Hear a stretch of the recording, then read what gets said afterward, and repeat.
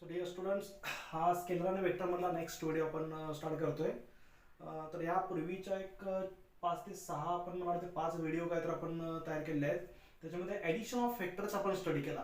म्हणजे काय काय स्टडी केलं का, फर्स्ट व्हिडिओमध्ये आपण definitions of scalars and vectors and their examples, scalar म्हणजे काय, वेक्टर म्हणजे काय, त्याचे एक्झाम्पल स्टडी केले. सेकंड जो व्हिडिओ होता त्याच्यामध्ये आपण ॲडिशनचे 2 रूल्स स्टडी केले, triangle law of vector addition and parallelogram law of vector addition. म्हणजे वेक्टरची ॲडिशन करण्यासाठी ग्राफिकली आपण 2 रूल यूज करतो, triangle law of vector addition and parallelogram law of vector addition. त्याचे स्टेटमेंट किंवा त्याची डायग्राम आपण बघितलेली आहे. त्याच्यानंतर नेक्स्ट व्हिडिओमध्ये आपण पॅरलोग्राम लॉ ऑफ वेक्टर ॲडिशनचं एक पूर्ण डेरिव्हेशन स्टडी केलं, जो आपलं लास्ट मला वाटतं व्हिडिओ लेक्चर होतं, parallelogram law of vector addition. त्याच्यापूर्वी आपण कम्युटेटिव्ह लॉ म्हणजेच काय आणि असोसिएटिव्ह लॉ काय असतो ॲडिशन मध्ये, what is commutative law of addition and associative law of addition, तो पॉईंट आपण बघितलेला आहे. आणि लास्ट लेक्चरला आपण एक फॉर्म्युला बघितला होता कोणता, तर रिझल्टंट जो वेक्टर आहे, रिझल्टंट वेक्टर आर, त्याचं मॅग्निट्यूड जे आहे R is equal to square root of P square plus Q square plus 2pq cos of theta.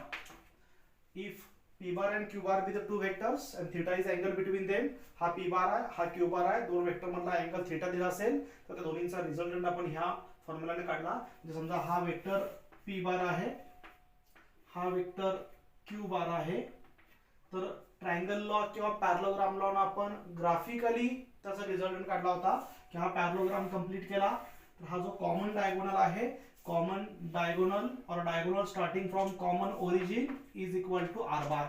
हा जो डायगोनल आहे तो रिझल्टंट वेक्टर देतो. याची जी लेंथ असेल, length indicates magnitude and this arrow gives direction.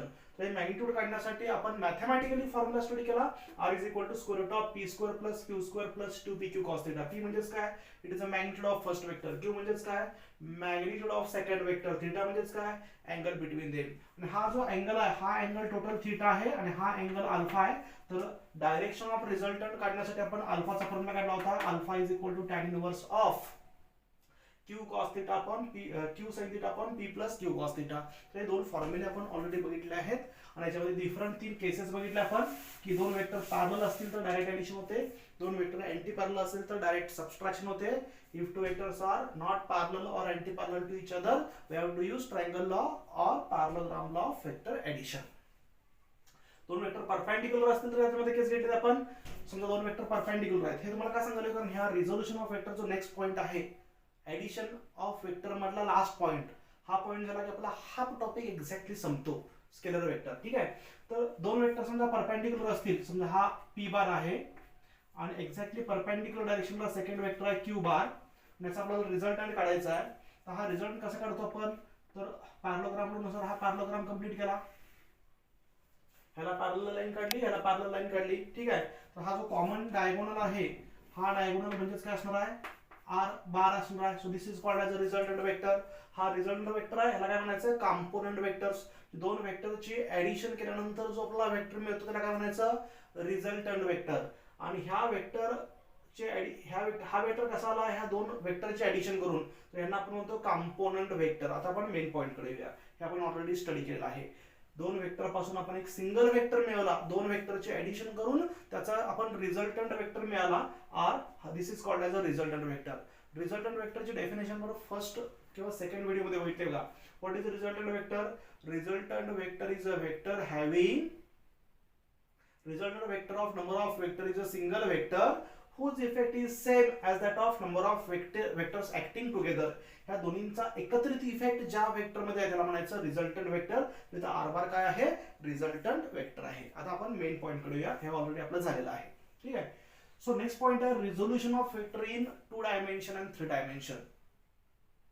ह्याच्यानंतर आपल्याला थोडीशी न्यूमेरिकल घ्यायचे आहेत ह्या पॉइंटवर, ॲडिशन अँड सबट्रॅक्शन ऑफ वेक्टरवरचे न्यूमेरिकल्स घ्यायचे आहेत. इथे आपला हाफ टॉपिक संपतो आणि त्यानंतर आपण नेक्स्ट सेकंड हाफ जो या टॉपिकचा पार्ट सुरू होतो, that is called as a multiplication of vector, त्याच्याकडे आपल्याला जायचं आहे. So resolution of vector in 2 dimension, 2 dimension, resolution of vector in 2 dimension, हा पॉइंट आपण बघायचा आहे. छोटासा फॉर्म्युला डिराइव्ह करायचा आहे आणि त्यानंतर आपल्याला resolution of vector in 3 dimension मध्ये डायरेक्ट फॉर्म्युला घ्यायचा आहे याच्यावरून. हा, by analogy you can write direct formula for resolution of vector in 3 dimension. आता रिझोल्युशन ऑफ वेक्टर म्हणजे काय बघा. What is resolution of vector? Addition of वेक्टरची एक्झॅक्ट अपोजिट प्रोसिजर म्हणजे रिझोल्युशन ऑफ वेक्टर. ऍडिशन मध्ये काय करतो आपण, दोन वेक्टर पासून दोन किंवा दोन पेक्षा जास्त वेक्टर पासून एकच वेक्टर बनवतो. दोन वेक्टर किंवा दोन पेक्षा जास्त वेक्टर ची ऍडिशन केल्यानंतर जो सिंगल वेक्टर मिळतो त्याला म्हणायचं रिझल्टंट वेक्टर. ह्याला आपण काय म्हणतो, या प्रोसिजरला आपण म्हणतो कंपोजिशन ऑफ वेक्टर. दोन किंवा दोन वेक्टरची ऍडिशन करणे, दोन किंवा दोन पेक्षा जास्त वेक्टरची ऍडिशन करणे म्हणजे कंपोजिशन ऑफ वेक्टर. त्याला आपण साध्या भाषेमध्ये म्हणू शकतो ऍडिशन ऑफ वेक्टर. त्याच्या उलटी प्रोसेस म्हणजेच काय, एका वेक्टर पासून दोन किंवा दोन पेक्षा जास्त वेक्टर मिळवायचे. इथे काय केलं होतं आपण ऍडिशन मध्ये, इन ऍडिशन और कंपोजिशन ऑफ वेक्टर 2 और 3 वेक्टरच्या बदल्यात आपण काय केलं होतं, एक वेक्टर मिळवला होता. हा दोन किंवा दोन पेक्षा जास्त वेक्टरची ऍडिशन केल्यानंतर आपण सिंगल वेक्टर मिळवला होता. आता उलट करायचं, एकच वेक्टर माहित असेल तर त्या एका वेक्टर पासून आपण दोन वेक्टर किंवा दोन पेक्षा जास्त वेक्टर्स बनवू शकतो. ही जी प्रोसेस आहे splitting a single vector into number of components is called as a resolution of vector. इथं काय करतोय आपण, इथं ऍडिशन करतो, उलट काय करायचं, स्प्लिटिंग करायचं. रिझॉल्व म्हणजे to separate, to split. So splitting or separating a single vector into number of component is called as a resolution of vectors. मग हे रिझोल्यूशन कसं करायचं, त्यासाठी आपण एक महत्त्वाचा पॉइंट स्टडी करायचा आहे. What is the unit vector. कारण युनिट वेक्टर माहित असेल तरच आपण पुढे जाऊ शकतो त्या पॉइंट मध्ये. तर बघा युनिट वेक्टर काय आहे. मला वाटतं युनिट वेक्टर आपण ऑलरेडी बघितला आहे, पण रेक्टँगल युनिट वेक्टर आपल्याला बघायचा आहे. व्हॉट इज युनिट वेक्टर, नावातच आहे unit vector. Unit means one. काय वन असतं, मॅग्निट्यूड का डायरेक्शन. डायरेक्शन कधी वन असते, मग काय वन असतं, magnitude. So what is unit vector, the vector having unit magnitude. जो फक्त डायरेक्शन देतो त्याचं मॅग्निट्यूड किती असतं, वन असतं, त्याला म्हणायचं युनिट वेक्टर. युनिट वेक्टर कसं काढायचं म्हणून सांगितलं होतं मी. कोणत्याही वेक्टरला समजा हा ए बार आहे, त्याला त्याच्याच मॅग्निट्यूडने डिवाइड करायचं. ए बारला ए न डिवाइड करायचं. ठीक आहे. तर हे जे आन्सर येणार आहे this is called as unit vector. U cap किंवा स्मॉल ए कॅप सुद्धा म्हणू शकतो. कोणत्याही वेक्टरला त्याच्याच मॅग्निट्यूडने डिवाइड केलं की आपला युनिट वेक्टर मिळतो. ह्या पॉइंट नंतर आपल्याला ह्या फॉर्म्युलावर बेस्ड क्वेश्चन्स किंवा न्यूमेरिकल्स बघायचे. ठीक आहे. आता युनिट वेक्टर म्हणजे आपल्याला माहिती आहे the vector having unit magnitude, ज्याचं मॅग्निट्यूड किती असतं, वन असतं, पण त्याला पर्टिक्युलर डायरेक्शन असते, त्याला म्हणायचं युनिट वेक्टर. आता समजा मी कार्टेशियन कोऑर्डिनेट सिस्टीम घेतो. So consider this is a Cartesian coordinate system. Cartesian coordinate system म्हणजेच काय, मला ऑलरेडी माहिती आहे, 10th ला झाला असेल. 3 axes x, y and z are the 3 axes which are perpendicular to each other. X axis, y axis and z axis तीन एकमेकाला परपेंडिक्युलर आहेत. आता फक्त आपण 2 डायमेन्शनल स्टडी करलोय, म्हणजे फक्त x आणि y axis घ्यायचा. 3 डायमेन्शन असेल तर x, y, z तिन्ही एक्सिस घ्यावे लागतील. तर 2 डायमेन्शन मध्ये आपण x आणि y axis घेऊया. So this is x axis and this is a y axis which are perpendicular to each other. दोन्ही मध्ये अँगल किती आहे, तर 90 डिग्री आहे. ही कार्टेशियन कोऑर्डिनेट सिस्टीम आहे, 2 डायमेन्शनल. एक्स आणि Y axis perpendicular to each other. आणि समजा ह्या एक्स वाय कोऑर्डिनेट सिस्टीम मध्ये एक वेक्टर आहे. Suppose this is a vector. हा एक वेक्टर आहे. कुठला वेक्टर आहे, तर आपण म्हणूया पी बार हा वेक्टर आहे. नोटेशन महत्त्वाचं नाही आहे, पी बार हा वेक्टर आहे. ठीक आहे. तर एक्स वाय कोऑर्डिनेट सिस्टीम मध्ये एक्स एक्सिस ची डायरेक्शन दाखवण्यासाठी एक वेक्टर आपण इमॅजिन करणार आहे. स्टँडर्ड नोटेशन आहे, हे लक्षातच ठेवायचं. एक्स एक्सिस जो एक्स वाय कोऑर्डिनेट सिस्टीम आहे त्याच्यामध्ये एक्स एक्सिस ची डायरेक्शन दाखवण्यासाठी जो वेक्टर आपण दाखवतो, ह्या डायरेक्शनला एक वेक्टर असणार आहे, इमॅजिन करायचा आहे. आणि त्या वेक्टरचं नोटेशन घ्यायचं i cap, small i cap, not a capital i cap. ठीक आहे. आणि वाय एक्सिस ची डायरेक्शन दाखवण्यासाठी जो वेक्टर असतो त्या वेक्टरचं नोटेशन घ्यायचं आहे जे कॅप. आणि समजा 3 डायमेन्शनल सिस्टीम असेल म्हणजे एक्स एक्सिस, वाय एक्सिस, हा एक्स वाय आणि झेड असा परपेंडिक्युलर असणार ना, perpendicular to blackboard. All 3 should be perpendicular to each other. बघा इमॅजिन होतंय का, हा एक्स एक्सिस आहे, हा वाय एक्सिस आहे आणि हा झेड एक्सिस आहे. हा एक्स घ्या, हा वाय घ्या, हा झेड, कशाही घ्या, तिन्ही कसे पाहिजेत, ह्या दोन्हीमध्ये अँगल 90 आहे, ह्या दोन्हीमध्ये अँगल 90 आहे आणि ह्या दोन्हीमध्ये पण अँगल 90 आहे. तिन्ही एक्सिस मधला अँगल 90 आहे. तर इथे तिसरा एक्सिस ऍक्च्युअली ह्या ब्लॅकबोर्डला परपेंडिक्युलर असतो, पण आपण इथे ड्रॉ करू शकत नाहीये, म्हणून आपण डायग्राम मध्ये दाखवून तो असं दाखवू शकतो. म्हणजे हा अँगल 90 आहे, हा अँगल सुद्धा 90 आणि हा अँगल सुद्धा 90. मग एक्स ची डायरेक्शन दाखवण्यासाठी जो युनिट वेक्टर असतो त्याला म्हणायचं आय कॅप. फिक्स आहे, लक्षात ठेवायचं. वाय डायरेक्शन दाखवण्यासाठी जो युनिट वेक्टर असतो तो जे कॅप आणि झेड डायरेक्शन दाखवण्यासाठी जो वेक्टर असतो तो के कॅप. म्हणजे I cap J cap and K cap हे काय आहेत? तर ह्या चॅप्टर मध्ये किंवा कोणत्याही चॅप्टर मध्ये हे नोटेशन आलं तर लक्षात ठेवा, हे फिजिक्स मध्ये स्टँडर्ड नोटेशन्स आहेत. आय कॅप जे कॅप आणि के कॅप हे युनिट वेक्टर्स आहेत. हे वेक्टर्स आहेत की ज्याचं मॅग्निट्यूड किती आहे? 1 आहे आणि त्याला पर्टिक्युलर डायरेक्शन आहे. म्हणजे समजा मी असं स्टेटमेंट काढलं, पार्टिकल इज मुव्हिंग विथ, एक सिंपल स्टेटमेंट सांगतो, particle is moving with 20 metre per second, 20 metre per second towards positive X axis, towards positive axis, X axis. तर वेलोसिटीचा फॉर्म्युला कसा लिहिणार मी? v इज इक्वल टू, आता मी v इज इक्वल लिहिलं तर हे 20 मीटर पर सेकंड हा स्पीड आहे, it is not a velocity. कारण वेलोसिटी हा वेक्टर आहे, डायरेक्शन असणं महत्त्वाचं आहे. हा स्पीड असेल तर हा स्केलर आहे. पण मला काय म्हणायचं आहे? Particle is moving with 20 kilometre per second towards x axis, positive X axis. मला वेक्टर फॉर्म मध्ये लिहायचा आहे. तर v बार जर लिहायचं असेल तर इथे पण डायरेक्शन पाहिजे, ह्याला पण डायरेक्शन आलं पाहिजे. टुवर्ड्स पॉझिटिव्ह एक्स डायरेक्शनला डायरेक्शन कुठलं असते? पॉझिटिव्ह एक्स एक्सिसला डायरेक्शन असते आय कॅप. म्हणजे मी 20 metre per second into I cap लिहू शकतो. हे काय इंडिकेट करतं? वेलोसिटी. किती वेलोसिटी आहे? 20 metre per second towards positive X axis. समजा मी असं क्वेश्चन, असं सेंटेन्स म्हणलं की एक बॉडी आहे, ही रिजिड बॉडी आहे आणि ह्या रिजिड बॉडीवर 50 न्यूटन फोर्स ऍक्टिव्ह आहे टुवर्ड्स नॉर्थ किंवा towards Y axis, positive Y axis. 50 newton force acting towards positive Y axis. तर मी हे आन्सर कसं लिहू शकतो? F bar is equal to 50 newton into हा J cap. Positive Y axis असेल तर जे कॅप न मल्टिप्लाय करायचं, निगेटिव्ह वाय एक्सिस असेल तर मायनस जे कॅप न मल्टिप्लाय करायचं. पॉझिटिव्ह एक्स एक्सिस असेल तर आय कॅप न मल्टिप्लाय करायचं, निगेटिव्ह एक्स एक्सिस असेल तर मायनस आय कॅप न मल्टिप्लाय करायचं. त्याच्यावर आपलं काय कळलं की एक्स वाय झेड एक्सिसच्या डायरेक्शन इंडिकेट करण्यासाठी आपण युनिट वेक्टर यूज करतोय. आणि 3 स्टँडर्ड युनिट वेक्टर कुठले आहेत? I cap, J cap and K cap. I cap हा युनिट वेक्टर कुठे डायरेक्शन दाखवतो? Positive X axis. जे कॅप हा युनिट वेक्टर कुठे डायरेक्शन दाखवतो? Positive Y axis. आणि के कॅप हा युनिट वेक्टर कोणते डायरेक्शन दाखवतो? Positive Z axis. So x Y Z ह्या डायरेक्शन दाखवण्यासाठी आपण आय जे अँड के हे युनिट वेक्टर यूज करू शकतो. आता ह्या तिन्ही युनिट वेक्टर मधला अँगल किती असणार आहे? हा आय कॅप हा अलॉंग पॉझिटिव्ह एक्स एक्सिस आहे, जे कॅप हा अलॉंग पॉझिटिव्ह वाय डायरेक्शन आहे.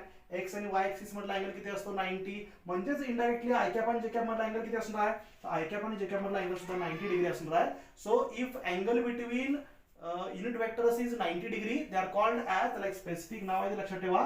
दिस unit vectors I cap, J cap and K cap are called as rectangular unit vectors.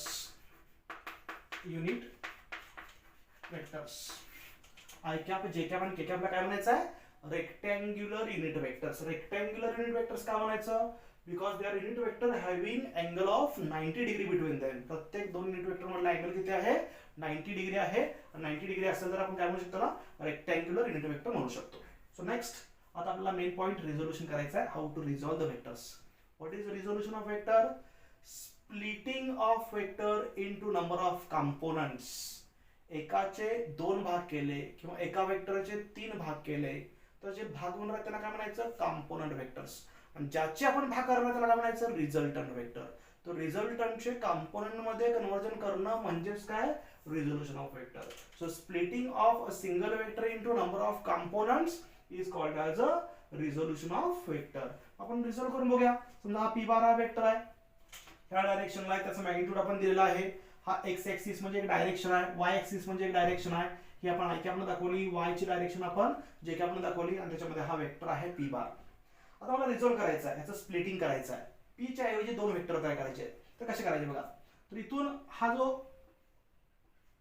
Terminus आहे, हा जो p बार वेक्टर त्याचा ओरिजिन इथं टर्मिनस येत आहे.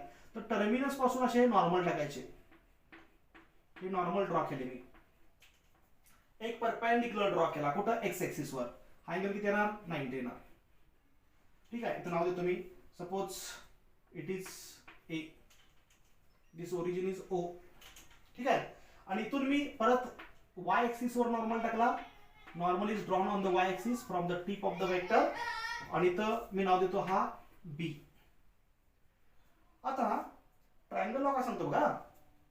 हा जो वेक्टर आहे इथपर्यंत एवढाच, पूर्ण ही डायरेक्शन मोठे आहे, आपण इथपर्यंत वेक्टर घेतला. हा जिथं नॉर्मल इथं येतो 90 डिग्री नंतर नॉर्मल टाकल्यानंतर हा जो पॉईंट इथं इंटरसेक्शनचा येतो हा ओ ए, हा जो वेक्टर आहे एवढाच वेक्टर, हा आय कॅप हा वेक्टर फक्त डायरेक्शन दाखवतो, पण हे जे मॅग्निट्यूड आहे ओ ए, दिस ओ ए बार हा जो वेक्टर आहे ओ पासून ए पर्यंतचा, त्याला नाव देतो मी पी एक्स बार. असं का? कारण पी चा एक भाग इकडे असणार आहे, दुसरा भाग इकडे असणार आहे. बघा की असे मी दोन वेक्टर लावले, दोन वेक्टरचे ऍडिशन केल्यानंतर रिझल्ट कुठे येतो? मध्ये येतो ना. ह्याचा अर्थ ह्याचं स्प्लिटिंग केलं की वेक्टर कुठे आला पाहिजे? तिकडे आला पाहिजे. म्हणजे ह्या पी बारचा एक कंपोनंट इकडे येणार, दुसरा कंपोनंट इकडे येणार. ठीक आहे. तर हा कंपोनंट काय म्हणला मी? पी एक्स बार म्हणला. तसा हा इकडचा जो वेक्टर आहे ओ बी, ओ पासून बी पर्यंतचा हा जो आहे तो vector O B, vector O B is equal to मी पी वाय बार मानू शकतो. हा वेक्टर असल्यामुळे मी वेक्टर नोटेशन घेतलाय bar. So O A bar is equal to P X bar, O B bar is equal to P Y bar. ठीक आहे. हे आम्ही कसं घेऊ शकतो आणखी? तर पी एक्स हे मॅग्निट्यूड आहे, एरो म्हणजे डायरेक्शन आहे, पण डायरेक्शन मी आणि कशी लिहू शकतो? तर आय कॅपनं ह्याची डायरेक्शन कोणती येतं? ओ ची डायरेक्शन कुठं आहे? एक्स ऍक्सिसला. मग एक्स ऍक्सिसचे डायरेक्शन कशाला दाखवतो आपण? आय कॅपनं, म्हणजे आय कॅप पी एक्स, म्हणजे ओ A bar me P X बार म्हणून लिहू शकतो किंवा I cap P x, P वर बार दिला नाहीये, आय कॅपनं मल्टिप्लाय केल्यामुळे डायरेक्शन ऑलरेडी इथं आलेलं आहे. ठीक आहे. आय कॅप पी एक्स ला किंवा पी एक्स आय कॅप ला, दिस इंडिकेट्स ओनली डायरेक्शन, दिस गिव्स मॅग्निट्यूड. तसं पी वाय बार कसं लिहू शकतो मी? तर पी वाय बार असं लिहू शकतो जे कॅप पी वाय, जे कॅप पी वाय. तर हे दोन झाले पी एक्स बार आणि पी वाय बार, हे दोन झाले कंपोनंट, आणि या कंपोनंटची ऍडिशन केली की काय आला पाहिजे? पी बार यायला पाहिजे. म्हणजे पी बार काय झाला? रिझल्टंट येतो का बघा. तर हा जो वेक्टर इथून इथपर्यंतचा ओ पासून ए पर्यंतचा तो पी एक्स बार आहे, आणि ओ पासून बी पर्यंतचा तो पी वाय बार आहे. तर हा वेक्टर मी स्लाइड करून इथे घेतला तर हा पी एक्स बार आहे. मी डायग्राम इथे काढतो बघा. हा पी एक्स बार आहे, पी एक्स बार, हा एक्स एक्सिस, हा वाय एक्सिस, आपला वेक्टर जो आहे हा पी बार आहे. इथून इथपर्यंतचा वेक्टर इथं नॉर्मल टाकला, हा एरो बरोबर इथं जायला पाहिजे. हा, सो हा वेक्टर काय घेतलाय आपण? पी वाय बार. हा घेतलाय पी एक्स बार. हा स्लाइड करून इथे घेतला, पॅरलल वेक्टर आहे तर आन्सर बदलणार नाही आहे. मग हा स्लाइड करून इथे घेतला तर हा पण झाला पी वाय बार, आणि हा इकडे घेतला तर काय असणार आहे? हा पी एक्स बार. मग ट्रायंगल काय सांगतो? तर हा ट्रायंगल बघा, हा इथं स्टार्ट झाला, इथं एंड झाला, हा सेकंड वेक्टर इथं स्टार्ट झाला, इथं एंड झाला, म्हणजे असा ड्रॉ करू शकतो मी. तर हे दोन्ही सायकलिक ऑर्डर मध्ये आहेत. हे सायकलिक ऑर्डर मध्ये असेल तर ह्या दोन्हीचे ऍडिशन केल्यानंतर काय येणार? हा वेक्टर येणार starting from origin of first vector ending on terminus of second vector. So triangle नुसार काय येणार? ट्रायंगल नुसार P X bar plus P Y bar is equal to P bar. ह्या ट्रायंगल मध्ये जर मी तर ट्रायंगल लॉ यूज केला तर हा इथून इथपर्यंत पी एक्स बार, इथून इथपर्यंत हा पी वाय बार, कारण हा याला पॅरलल आहे. हा स्लाइड करून मी इकडे घेऊ शकतो. तर हा P X bar plus P Y bar काय होणार आहे? तर याच्यामध्ये लिहू शकतो मी P bar is equal to P X bar plus P Y bar. झालं, आपण स्प्लिटिंग केलं. पी बारच्या ऐवजी काय आला? पी एक्स बार आणि पी वाय बार. त्याच्या व्हॅल्यू किती घ्यायच्या ते आपल्याला बघायचं आहे. व्हॅल्यू कशा घ्यायच्या? पी एक्स बारची व्हॅल्यू कशी घ्यायची आणि पी वाय बारची व्हॅल्यू कशी घ्यायची? हा पॉईंट थोडासा तुम्हाला अवघड वाटेल, पण हा डेरिव्हेशन ऍक्च्युअली नाही आहे, आपल्याला फक्त फॉर्म्युला महत्वाचा यूज करायचा आहे. तर कन्सेप्ट समजावून घ्या. फॉर्म्युला काय आहे तो रिझोल्यूशन नंतर. या पीचं रिझोल्यूशन केल्यानंतर दोन कंपोनंट येतात. एक कंपोनंट एक्स एक्सिसच्या डायरेक्शनला येतो, एक कंपोनंट वाय डायरेक्शनला येतो. एक्स डायरेक्शनला जो येतो आपण त्याला पी एक्स बार म्हणलं, आणि वायच्या डायरेक्शनला जो वेक्टर येतो कंपोनंट येतो त्याला म्हणलं पी वाय बार. आता याच्यामध्ये समजा हा अँगल आपल्याला थिटा दिलेला आहे, म्हणजे क्वेश्चन मध्ये न्यूमेरिकल मध्ये ही व्हॅल्यू आपल्याला माहिती आहे की पी बार न एक्स एक्सिस केलेला अँगल तुम्हाला दिलाय थिटा. हा अँगल थिटा असेल तर याच्यामध्ये मी साइन थिटा घेतला तर साइन थिटा काय बघा, sine of theta is equal to, sine theta म्हणजेच काय? अपोजिट साइड आपण हायपोटेनियस, अपोजिट साइड किती आहे? पी वाय, हायपोटेनियस किती आहे? पी. इथं बार घ्यायची नाही कारण ट्रिग्नोमेट्रिक फंक्शन आहे, वेक्टर नाही आहे, स्केलर आहे, त्यामुळे फक्त लेंथ घ्यायची. अपोजिट साइडची लेंथ किती आहे? P Y, P Y upon हायपोटेनियसची लेंथ किती आहे? पी. याच्यावर काय मिळणार मला? तर पी वाय ची व्हॅल्यू मिळणार, पी सफिक्स ला वाय आहे, P Y is equal to P sine of theta, equation number 1. ह्याच ट्रायंगल मध्ये जर मी cos थीटा घेतला तर cos थीटा काय येणार? cos theta is equal to adjacent side, ह्या अँगलची ऍडजसंट साइड किती आहे? px, आणि हायपोटेनियस किती आहे? p. Adjacent side upon hypotenuse म्हणजे py अपॉन p. याच्यावरून py ची value sorry px upon p, याच्यावरून px ची व्हॅल्यू मिळणार px is equal to p cos of theta, equation number 2. म्हणजे जे कंपोनंट वेक्टर्स आहेत x कंपोनंट आणि y component of p bar, त्या p बारचे दोन जे भाग आहेत px बार आणि py बार, त्याची व्हॅल्यू मला मॅग्निट्यूड मध्ये मिळाली इन टर्म्स ऑफ थीटा. मग आता ह्या दोन्हीचं मी स्क्वेअरिंग आणि ऍडिंग केलं, ह्याचं स्क्वेअरिंग केलं तर काय येणार? P Y square is equal to P square sine square theta. ह्याचं स्क्वेअरिंग केलं तर काय येणार P x square is equal to P square cos square theta. आता मी ऍडिशन केली उजव्या बाजूच्या आणि डाव्या बाजूची ऍडिशन केली तर इकडचे ऍडिशन केलं तर काय येणार तर P X bar plus P Y बार P X bar plus P Y बार आणि इथले ऍडिशन केलं तर पी स्क्वेअर दोन्ही मध्ये काय येणार ऍडिशन मध्ये कॉमन येणार तर is equal to P square common आला आणि ब्रॅकेट मध्ये काय येणार तर sine square theta plus cos square of theta. हा sine square theta plus cos square थिटाची व्हॅल्यू किती असते ट्रिग्नोमेट्री मध्ये तुम्हाला झाली असेल तर याची व्हॅल्यू किती असते 1 असते म्हणजे फॉर्म्युला काय मिळाला तर P square is equal to P x square plus P Y square म्हणजे फायनल फॉर्म्युला मिळाला P square is equal to P x square plus P Y square. दोन्हीकडे मी स्क्वेअर रूट घेतला तर फॉर्म्युला काय येणार स्क्वेअर रूट घेतला तिकडे राहिला P so P is equal to इकडे स्क्वेअर रूट घ्यायचा आहे इकडे स्क्वेअर रूट घेतला तर P x plus P Y येणार नाही आहे ते ऍडिशन असल्यामुळे काय राहणार तर हे स्क्वेअर रूट मध्ये राहणार so is equal to square root of P x square plus P Y square. तर हा जो फॉर्म्युला आहे हा आपल्याला न्यूमेरिकलला यूज करायचा आहे म्हणजे कुठलाही वेक्टर आपण कसा लिहू शकतो बघा any vector can be written in terms of rectangular components. हे जे कंपोनंट आहेत पी एक्स आणि पी वाय ह्या कंपोनंट ह्याला म्हणायचं कंपोनंट्स हा झाला रिझल्टंट हा मेन वेक्टर त्याचे दोन भाग केले तर हे झाले कंपोनंट. कंपोनंट म्हटलं अँगल किती आहे 90 आहे मग काय म्हणायचं रेक्टेंग्युलर कंपोनंट. युनिट वेक्टरला काय म्हणायचं रेक्टेंग्युलर युनिट वेक्टर कंपोनंटला काय म्हणायचं रेक्टेंग्युलर कंपोनंट. हा रिझल्टंट वेक्टर हा रेक्टेंग्युलर कंपोनंट्स. सो कुठलाही वेक्टर रिझल्टंट रेक्टेंग्युलर कंपोनंटच्या फॉर्म मध्ये कसा लिहायचा तर P bar is equal to P X bar plus P Y bar किंवा असं लिहू शकतो आपण P bar is equal to I cap P x plus जे कॅप पी वाय. तर हा एक फॉर्म्युला महत्त्वाचा लक्षात ठेवा. Any vector can be written in terms of rectangular component. तुम्हाला समजा ए बार हा वेक्टर दिला असेल तर ए बार कसा लिहिता येईल i cap A x plus जे कॅप ए वाय. कुठलाही वेक्टर फोर्स हा वेक्टर दिलाय फोर्स एफ बार तर एफ बार कसं लिहिता येईल F bar can be written as i cap F x plus जे कॅप एफ वाय. हे नोटेशन सांगालोय तुम्हाला मी कुठलाही वेक्टर आपण त्याच्या कंपोनंटच्या फॉर्म मध्ये लिहू शकतो. So p bar can be written as i cap P x plus जे कॅप पी वाय. आणि असं जर मॅग्निट्यूड काढायचं असेल रिझल्टंट वेक्टरचं मॅग्निट्यूड तर फॉर्म्युला काय आला square root of P x square plus P Y square. म्हणजे जे रेक्टेंग्युलर कंपोनंट आहे त्याच्या पहिल्या कंपोनंटचा स्क्वेअर प्लस दुसऱ्या कंपोनंटचा स्क्वेअर आणि सगळ्याचे मिळून स्क्वेअर रूट म्हणजे काय मिळणार तुम्हाला रिझल्टंट वेक्टरचं मॅग्निट्यूड मिळणार. हे जर 2 डायमेन्शन मध्ये म्हणजे एक्स आणि वाय दोन ऍक्सिस असतील तर एक्स वाय झेड तिन्ही ऍक्सिस असेल तर डायरेक्ट फॉर्म्युला लक्षात ठेवा की हा जो फॉर्म्युला आहे एक्स वाय झेड तिन्ही ऍक्सिस प्रेझेंट असतील 3 dimensional case resolution of vector in 3 dimension तर हा फॉर्म्युला कसा येणार तर P bar is equal to square root of P x square plus P Y square plus तिसऱ्या ऍक्सिसच्या डायरेक्शनला कुठला कंपोनंट असणार आहे पी झेड जसं पी एक्स पी वाय तसं असणार पी झेड. हा फॉर्म्युला कसा येणार square root of P x square plus P Y square plus p z square. किंवा 3 डायमेन्शन मध्ये हा फॉर्म्युला कसा येणार p bar is equal to I cap P x plus जे cap P y plus k cap p z. I j नंतर पुढे काय येणार आहे के येणार k cap p z i cap P x plus जे cap P y plus k cap p z. So any vector can be written in terms of its rectangular components. थोडासा हा video 2-3 वेळा बघा त्याशिवाय clear होणार नाही आहे. जेव्हा आपली अकॅडमी स्टार्ट होईल त्यामध्ये आपण डिटेलमध्ये परत हा पॉईंट रिवाइज करू. पण ज्यावेळी रिअल इंटरॅक्शन आपला असेल त्यावेळी डेफिनेटली हा पॉईंट तुम्हाला समजेल. थोडंसं 1-2-3 वेळा व्हिडिओ बघा. काय डाऊट असेल तर तुम्ही मला फोन करू शकता. तर याच्यामध्ये एनी वेक्टर कुठलाही वेक्टर किंवा नोटेशन आपण काही घेऊ शकतो. समजा बी बार हा वेक्टर आहे हा मला काय करायचं रेक्टेंग्युलर कंपोनंटच्या फॉर्म मध्ये लिहायचा आहे. ह्याचं स्प्लिटिंग केल्यानंतर 3 जे कंपोनंट येतात एक्स वाय झेड ला त्याच्या फॉर्म मध्ये हा वेक्टर लिहायचा आहे. तर मी कसं लिहू शकतो हा तर I cap b x plus जे cap b y plus k cap b z. हा झाला component along x axis component along y axis component along z axis. त्यातलं हे डायरेक्शन एक्स एक्सिस डायरेक्शन हे magnitude direction magnitude direction magnitude. ठीक आहे. समजा हा वेक्टर तुम्हाला दिलाय आणि याचं मॅग्निट्यूड काढायचं आहे तर मॅग्निट्यूड कसं काढायचं मॅग्निट्यूड म्हणजे बी बी इज इक्वल टू म्हणजे हा वेक्टर तुम्हाला माहित असेल तर याचं मॅग्निट्यूड कसं काढायचं स्क्वेअर रूट मध्ये. आताच फॉर्म्युला बघितला आपण काय फॉर्म्युला होता पी वेक्टर असेल तर square root of P x square plus P Y square. वेक्टरचं नोटेशन वेगळं दिलंय.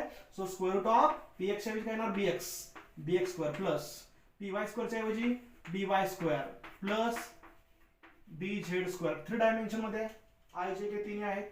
So this is the magnitude of the vector. हा वेक्टर असेल तर हे त्याचं मॅग्निट्यूड झालं. हे 3 कंपोनंट झाले. ठीक आहे. तर हे लक्षात ठेवा how to resolve the vectors. 2 फॉर्म्युले महत्त्वाचे आपल्याला यूज करायचे आहेत. एक सिंपल प्रॉब्लेम सांगू लक्षात.